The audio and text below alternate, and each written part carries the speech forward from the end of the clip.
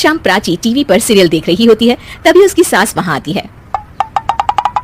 अरे सीरियल में तो ऐसे मग्न है जैसे आज रात का खाना पड़ोसी आकर बनाएंगे। मुझे पता ही नहीं था आपने अपने बेटे की शादी पड़ोस में भी की हुई है। मतलब? मतलब इस घर में सारा काम बहू ही करती है, आप तो सिर्फ खर्राटे मारती हैं। अच्छा जी, फिलहाल तो तुम आराम फरमा रही हो, चलो जाओ, ये मेरे टीवी देखने का समय है। इसीलिए मुझे भगाया जा रहा है। सॉरी, अब तो बिल्कुल नहीं जाऊंगी। प्राची की इस बात पर दोनों सास बहू के बीच टीवी रिमोट के पीछे बच्चों जैसे छीना झपटी शुरू हो जाती है, जिसके बीच श्लोक भी काम से घर वापस आ जाता है।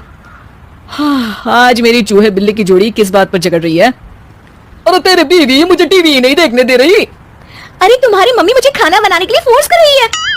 अरे वाह, ऐसे बेतुके रीजन पर तो बच्चे भी झगड़ा नहीं करते। अरे मुझे कुछ मत बोल, सब इसने ही शुरू किया है।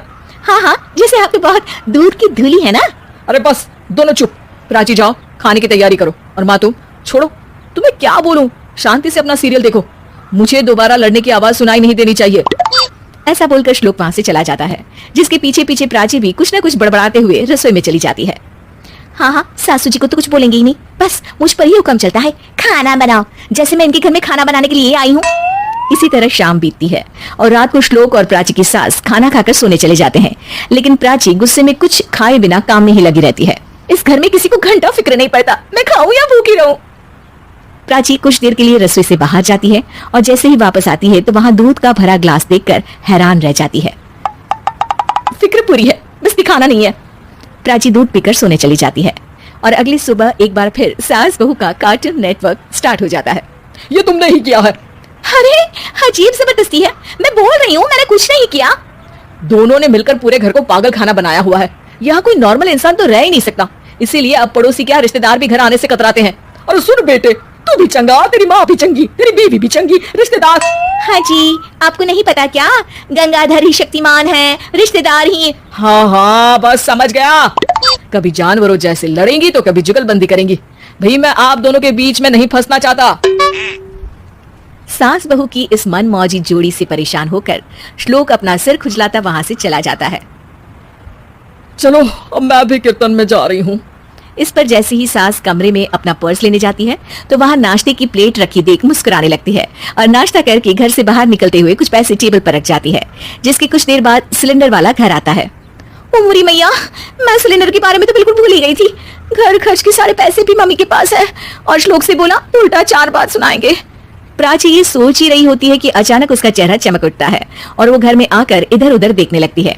तभी उसकी नजर टेबल पर रखे पैसों पर पड़ती है, जिन्हें वो सिलेंडर वाले को दे देती है। ये सब श्लोक देख लेता है।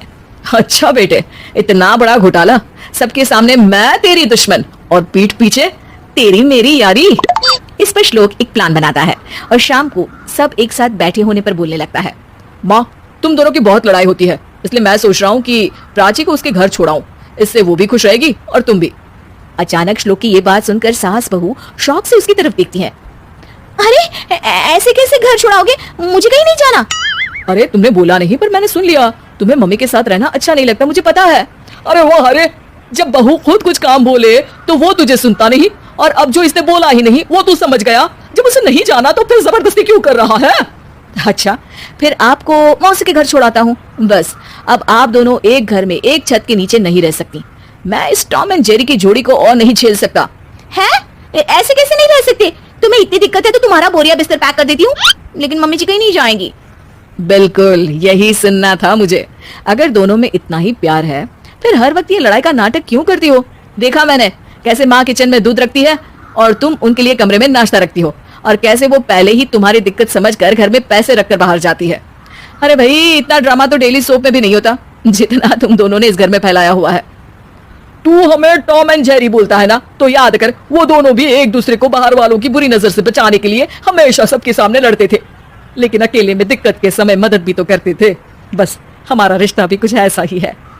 और वैसे भी अगर सास बहू में तू मैं नहीं होती तो दुनिया वालों को कहानियां कैसे मिलेंगी?